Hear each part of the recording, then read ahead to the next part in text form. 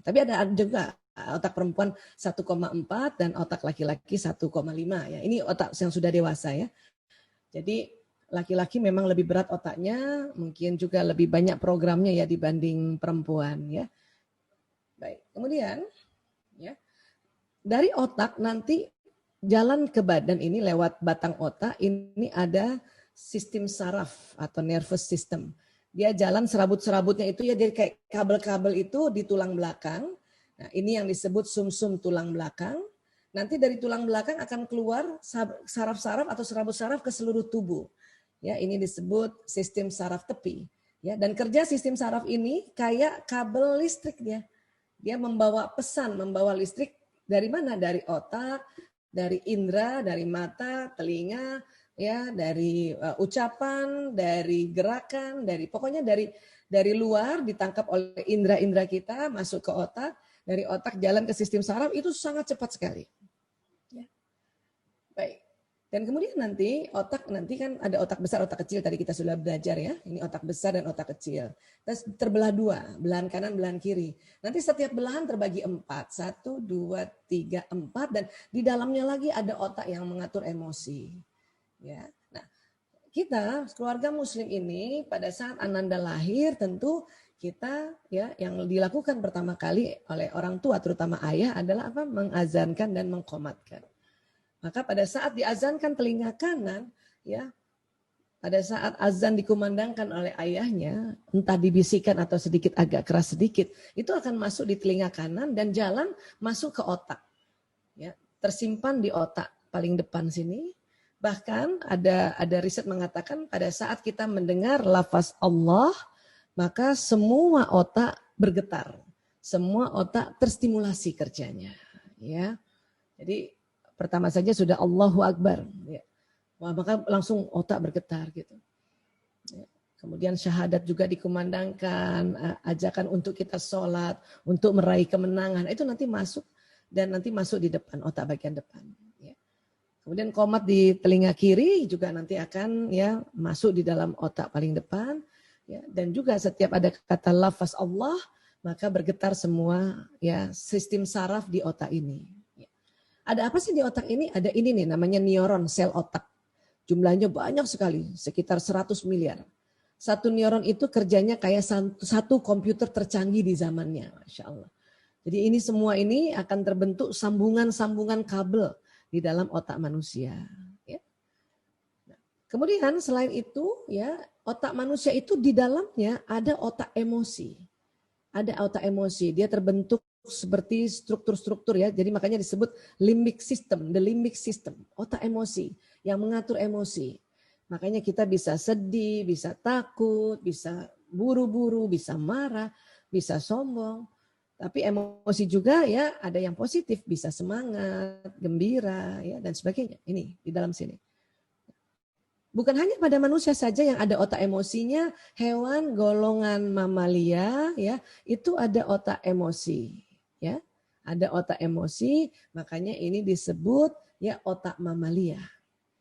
Jadi kita sebetulnya ya bisa punya ya sifat binatang gitu. Kenapa? Karena ada di dalam otak kita itu otak mamalia.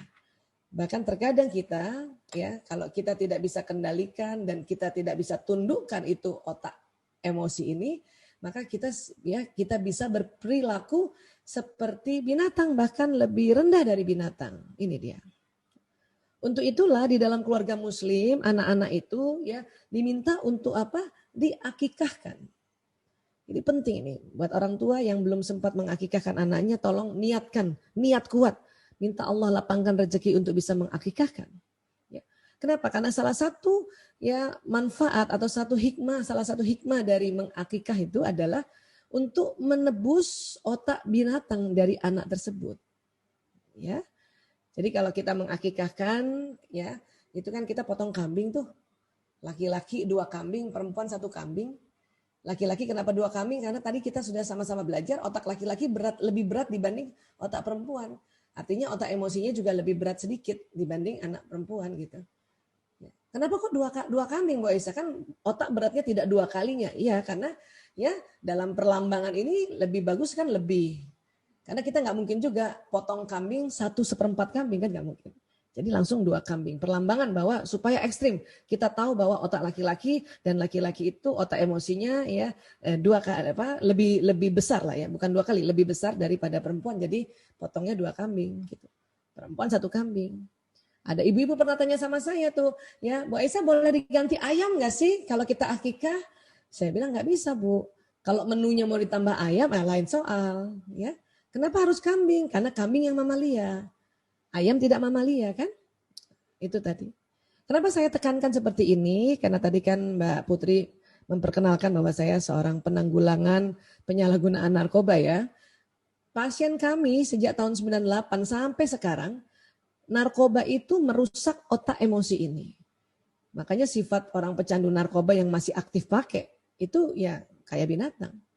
Tapi di antara mereka ada yang lebih buruk dari sifat binatang. Dan biasanya kalau saya konsultasi sama orang tua, saya tanya, Pak, anaknya maaf Pak, sudah diakikah belum? Padahal ini anaknya saya rawat atau pasien saya sudah 30 tahun umurnya. Ada yang 35 tahun, ada yang 40 tahun. Kata orang tuanya, belum Bu Aisyah. Dalam hati saya bilang apa? Pantesan. Ya, karena belum ditebus sifat binatangnya dengan akikah itu. Makanya saya bilang, Pak, karena di otak manusia ada otak emosi, ya salah satunya makanya mengapa kita diminta akikah, potong kambing, ya agar ditebus ya otak emosi atau otak mamalianya di anak kita, Pak. Saya bilang gitu sama orang tuanya. Nah sekarang niatkan kuat Pak dan doa untuk dilapangkan rezeki, insya Allah ada rezekinya buat akikah. Ya, baru tuh anak tersebut bisa diatasi. Untuk itu saya lihat ini semua keluarga muda ya, ayah bunda yang keluarga muda, insya Allah anaknya sudah diakikah. Yang belum sempat karena masalah keuangan, tolong doa. Mohon pada Allah dilapangkan rezeki. Dan nanti kalau sudah ada rezeki yang memang kita doa untuk akikah, langsung akikahkan.